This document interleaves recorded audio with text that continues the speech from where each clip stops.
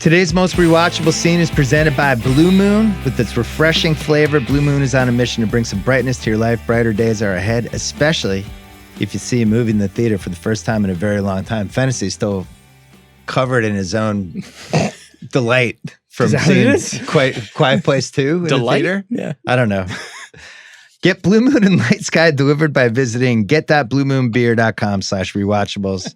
To see your delivery options, that's get.bluemoonbeer.com/rewatchable. Celebrate responsibly. Blue Moon Brewing Company, Golden, Colorado. Ale. Rewatchable scenes.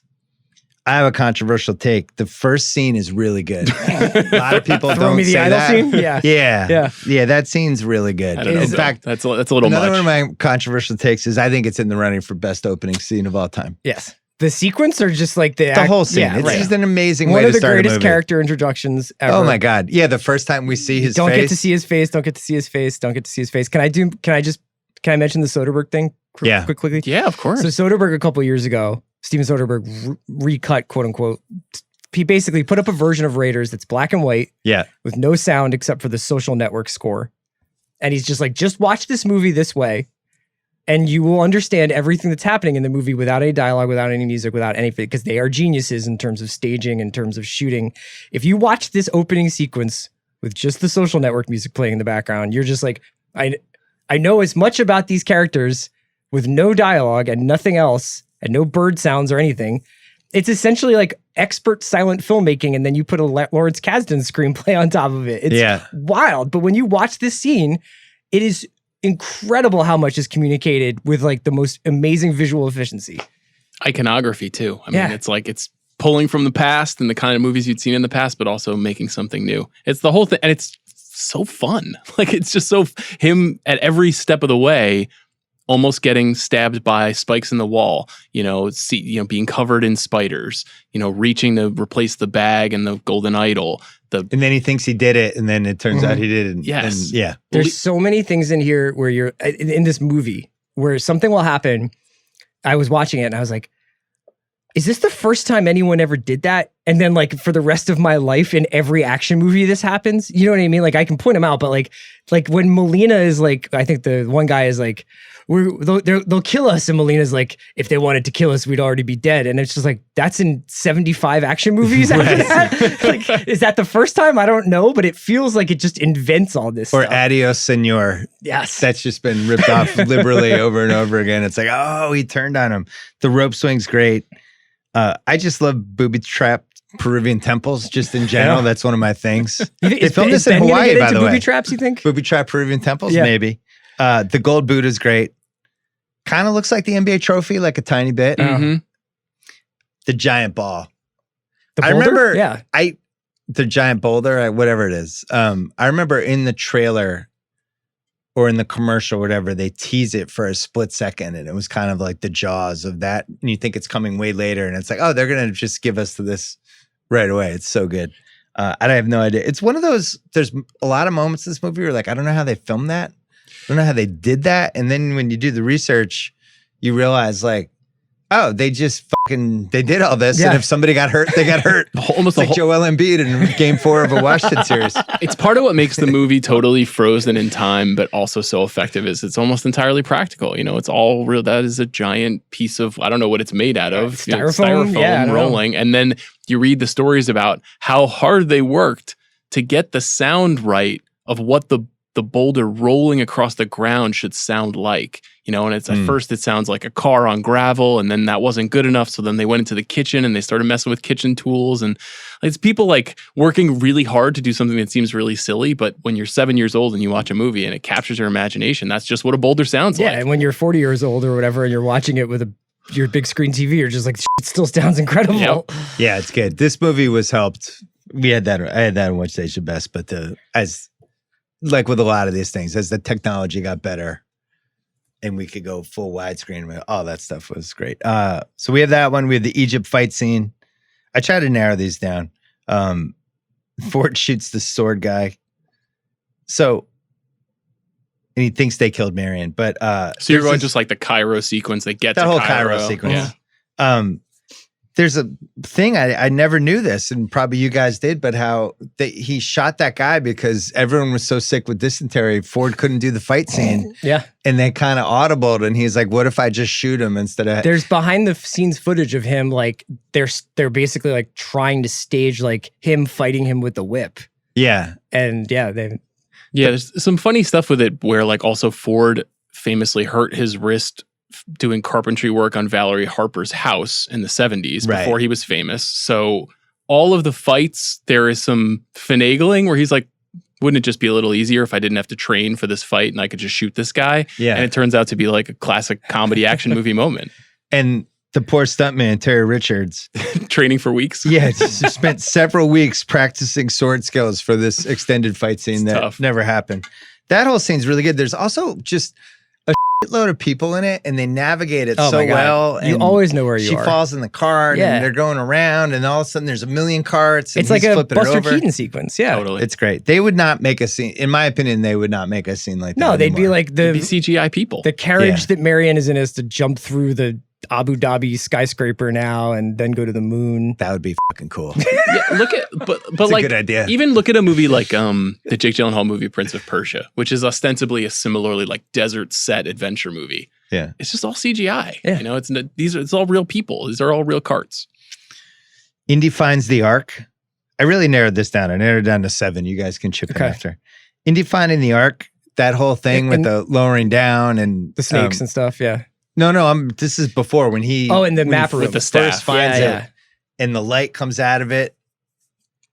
I thought it was like Sam Hinkie with the process. Like I feel like that was the same thing when Sam Hinkie realized I will tank 5 seasons and I will keep getting top 3 lottery picks. And the light just came out of whatever basketball encyclopedia he was looking at. No, did Hinkie turn out to be Belloc?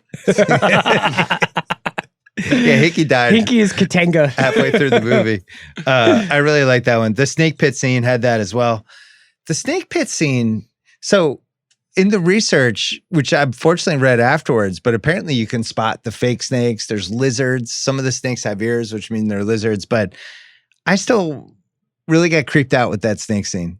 I mean, it's all also those just snakes like are uncomfortable. They do a very good job of making it be like he's very scared of snakes. Like he mentions it multiple times before he gets to the Well of Souls. I mean, my favorite line reading in the whole movie is when he jumps into the plane at the beginning.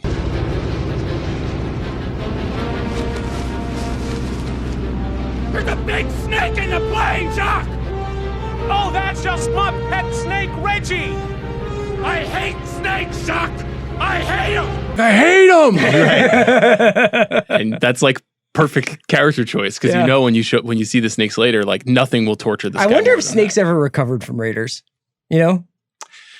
Funny thing with the Indiana Jones movies, first movie snakes, second movie bugs, third movie rats. There's like a choice there. Yeah, that's all right. 3 of them. The rats and the First Blood catacombs. did a good job with the rats too. Yeah. Yeah, I left out when Karen Allen, the whole fight at her bar and all that stuff. That part is great. Doing the shots. That could be in there too.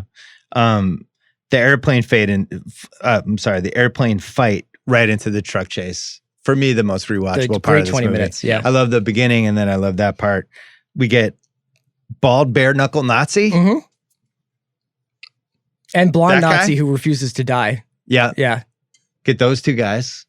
Yeah, that's actually weirdly the only part of the movie that tempts my suspension of disbelief. Not the Ark of the Covenant coming alive and the spirits. It's like literally when Indy's going toe to toe with, Bruiser Brody there for a while. And it's like taking haymakers right in the face from this guy. Boom, Yeah. boom. That actually, I remember that for a while. I can't remember the first movie because that was also like where in like 48 Hours, like Nolte and Murphy just wail on each other for 30 minutes and then they're like, let's go back into the bar, Yeah. When's the last time you got hit in the face? It's literally been since like 8th grade. What about you? Has it been a long time? Only like an inadvertent elbow in basketball. What about you? Probably like 19, but it hurts like a mother, man. Like these guys are just taking shots. Yeah. Well, it's like 25th hour when he gets punched 5 times and his face is completely fucked up out there. Yeah. And then the last one I have is Face Meltapalooza. I just wrote down. Yeah. We'll never know why they didn't just kill Indy, why they just had him tied up standing just far enough away that there's some nitpicks there, but 4 or 5 times was just shoot Indiana Jones. I got some nitpicks. Yeah, just kill him. Any other rewatchable scenes for you? As exposition scenes go, when those guys come and visit Marcus and Indy at college, and Indy's got the big book, and he's like, "You guys didn't go to Sunday school, did you?" That's fucking awesome. That whole scene is amazing. And you just sort of the music is playing, the Williams score is playing, and it's just creating this, the world of mysticism and spirituality and religiosity. And then also we focus so much on the action. It's the adventure part too. It's this guy is about to go on this amazing adventure, but you think about how many comic book movies, no disrespect, you watch when you're just you sit through an explanation of what's going to happen or what's happening, and you're just what the fuck are you talking about? What? This actually makes sense. In this movie, it works for a very specific reason, and it's all about the character. The character is a college professor. He's kind of a pedantic jerk. Sure. Yeah. He's somebody who's I know everything. I'm going to explain everything to you. So these 2 FBI agents walk in. FBI agents? I don't even know what they're supposed to be. Government agents. And he's like, how do you guys not know this? Right. Here's what the Ark of the Covenant is. I'll admit, I did not know what the Ark of the Covenant was until it was explained to me by Indiana Jones. But for that character, it makes sense that he would act that way towards those guys. And it would make sense that he would go to his chalkboard and he would draw how the staff of Ra would then shoot light into a crystal. And the coolest thing is there's a shot of the 2 guys talking, the 2 FBI agents talking, but in the foreground of the shot is the book. And the book is essentially Indy's trump card. He's this knowledgeable guy. And that image, that illustration of all that shit coming out of the Ark, all the lightning and power of God, it stays with you until the face melt. It's so cool.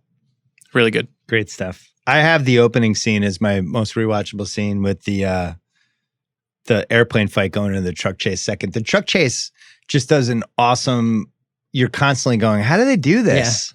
Yeah. How did that happen? Is it the best chase scene in a movie ever? What's that, 4 minutes long? I feel like it's even longer than that because it includes all that, it includes him getting on the truck, falling off the truck, getting back on the truck. Yeah. Right. He rides out on the horse. He jumps on. He finally gets control of the truck. Then he gets shot in the arm. Yeah. And then I love that one thing I picked up on, which I had not really realized before, but he's on the truck and one of the German soldiers gets inside the truck with him while he's driving. And the German soldier starts punching him in the arm that he was shot in. Yeah. I'm this is such a little small choice that is so well done, but I feel like it's longer than 4 minutes. I feel like it's 6 or 7 minutes. 8. Yeah. No, those two, the fight at the airfield and the truck chase are both 10 minutes long each.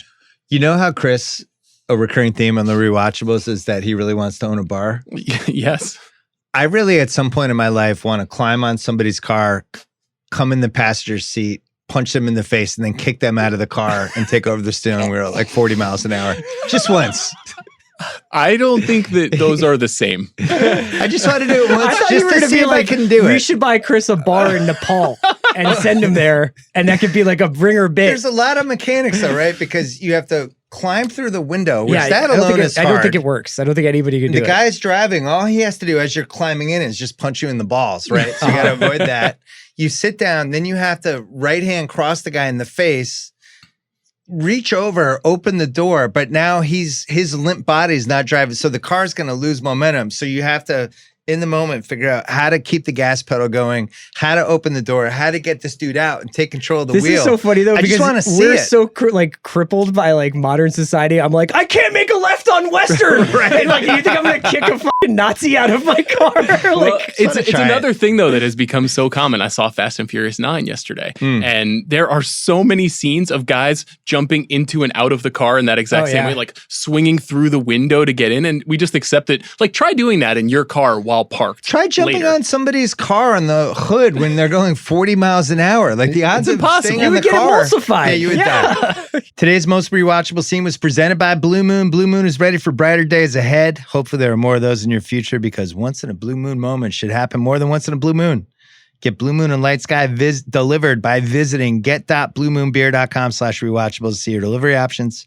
That's get.bluemoonbeer.com/rewatchable. Celebrate responsibly. Blue Moon Brewing Company, Golden, Colorado. Ale.